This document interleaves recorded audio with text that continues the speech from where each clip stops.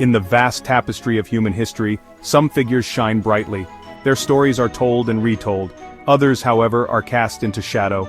Their legacies are deliberately obscured, their struggles nearly lost to time. Such is the tale of King Béhanzin of Dahomey, a ruler of immense courage, a leader who dared to defy the might of a colonial empire. His kingdom, nestled in West Africa, was a beacon of sovereignty, yet for many decades his name was whispered only in hushed tones. The powerful forces he opposed sought to erase him, to make his defiance a footnote, a forgotten echo in the grand narrative they constructed. But truth, like a resilient seed, finds a way to break through the hardest ground, the late 19th century. A period of unprecedented change across the African continent. European powers, driven by ambition and industry, carved up the land. This era, often called the Scramble for Africa, saw ancient kingdoms fall. It saw proud people subjugated. Amidst this relentless tide, King Béhanzin stood firm. He inherited a kingdom with a formidable reputation, a kingdom known for its disciplined warriors, its unique culture, and its fierce independence. He was not a man to bow easily. He understood the gravity of the threat approaching his borders.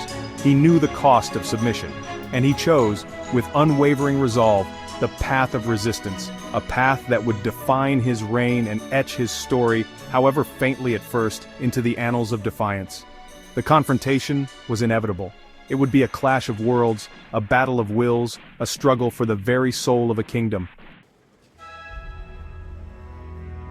The Kingdom of Dahomey was no ordinary realm. It was a meticulously organized state. Its power was legendary throughout West Africa.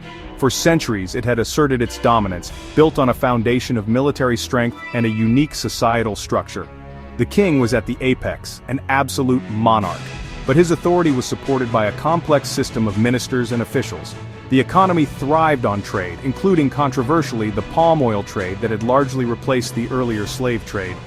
This commerce brought wealth, but also attracted the covetous eyes of European nations, eager for resources and strategic ports. Dahomey was a prize, and its rulers were acutely aware of its value and its vulnerability.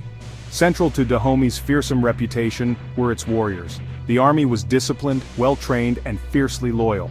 Most famous among them were the Agoji, often called the Dahomey Amazons by Europeans. These were elite female soldiers. They were renowned for their ferocity, their skill in combat, and their unwavering dedication to the king. The air in Dahomey grew thick with tension. The French presence along the coast was becoming more assertive. Disputes that were once minor irritations now carried the weight of potential conflict. The French, under the banner of their burgeoning colonial empire, sought to consolidate their control over key trading posts.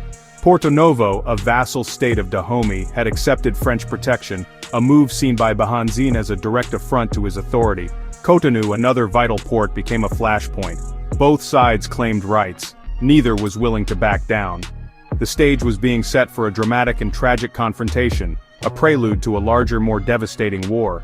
In 1890, these simmering tensions boiled over into open conflict.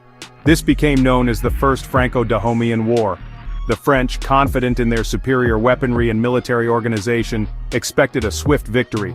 They underestimated the resolve of Béhanzin and the fighting spirit of his warriors. The Dahomean army, including the formidable Agoji, met the French incursions with fierce resistance. They employed tactics honed over generations of warfare. They understood their terrain. They fought with a courage that surprised the French commanders. The initial battles were not the one-sided affairs the Europeans had anticipated. Dahomey drew first blood in several encounters, proving its mettle. The interlude between the wars was fraught with unease. France, stung by the resistance it had encountered, began to prepare for a more decisive campaign. They amassed a larger, better-equipped expeditionary force. They were determined to crush Dahomean independence once and for all. Béhanzin, for his part, was not idle. He knew the peace was temporary. He attempted diplomacy, sending envoys to France, hoping to find a peaceful resolution that would preserve his kingdom's sovereignty. He offered trade concessions. He sought dialogue. But his appeals fell on deaf ears. The colonial appetite was insatiable. The French demanded nothing less than the surrender of Dahomey's autonomy, a price Béhanzin was unwilling to pay. The Second Franco-Dahomean War erupted in 1892. This time the French were led by Colonel Alfred Amédée Dodds, a meticulous and ruthless commander. They came with overwhelming force, thousands of highly trained soldiers, including Senegalese tirailleurs and foreign legionnaires, armed with the latest weaponry. Béhanzin faced a truly formidable enemy, yet he did not flinch. He rallied his people. He called upon the spirit of their ancestors. He prepared for a defense that would be remembered for its tenacity and tragic heroism. The fate of Dahomey hung precariously in the balance, a small kingdom standing against the tide of a global empire. The relentless French advance continued. Despite the heroic defense, the capital city of Abomey, the sacred heart of the Dahomey kingdom, fell in November 1892. This was a devastating blow. Abomey was more than just a political center. It was the spiritual and cultural core of the nation. Its capture symbolized a profound defeat, yet Béhanzin refused to concede. The Lion of Dahomey was wounded, but his spirit was not broken. He retreated into the interior with his remaining loyal warriors. From the forests and villages, he initiated a guerrilla campaign against the occupying forces. He became a fugitive in his own land, hunted by the French, but still commanding the loyalty of many of his people. For over a year, Béhanzin waged this asymmetric warfare. His fighters launched surprise attacks. They harassed French columns. They disrupted supply lines. It was a desperate struggle, a testament to his unwillingness to accept defeat while any hope of resistance remained. The French, frustrated by their inability to capture him, responded with increasing brutality. They burned villages suspected of harboring Béhanzin's loyalists. They put immense pressure on the civilian population. With Béhanzin defeated and exiled, the French colonial administration moved quickly to dismantle the kingdom of Dahomey. They installed a puppet ruler, Béhanzin's brother Agoli Agbo, but true power rested firmly in French hands. The traditional structures of governance were eroded. The kingdom was absorbed into French West Africa. A concerted effort was made to erase Béhanzin's legacy from the official narrative. Colonial historians and administrators portrayed him as a bloodthirsty tyrant, a relic of a barbaric past. They emphasized aspects of Dahomeyan culture, such as the annual customs involving human sacrifice, which had already been declining, to justify their conquest as a civilizing mission. This deliberate campaign of vilification and erasure was a common tactic of colonial powers.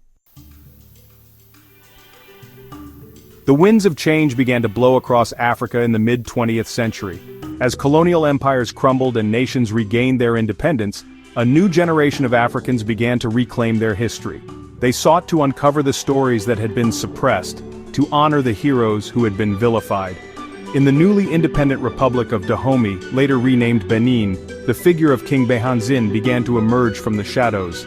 Scholars, writers, and artists started to re-examine his reign, challenging the colonial narratives and celebrating his resistance as a patriotic act of defiance against foreign aggression. He was no longer a forgotten king. This process of rediscovery and re-evaluation was crucial for nation-building. For a young country seeking to forge its own identity, heroes like Béhanzin provided a powerful link to a proud, independent past. His story became a source of national pride, a symbol of resilience in the enduring struggle for freedom. There was a growing movement to formally recognize his importance. One of the most significant symbolic acts was the effort to repatriate his remains. After his death in exile in Algeria in 1906, he had been buried far from his homeland. The return of his remains to Benin was seen as a vital step in healing historical wounds and restoring his rightful place in the nation's memory. Today, in 2025, King Béhanzin is widely revered in Benin and increasingly recognized internationally as a key figure of African resistance.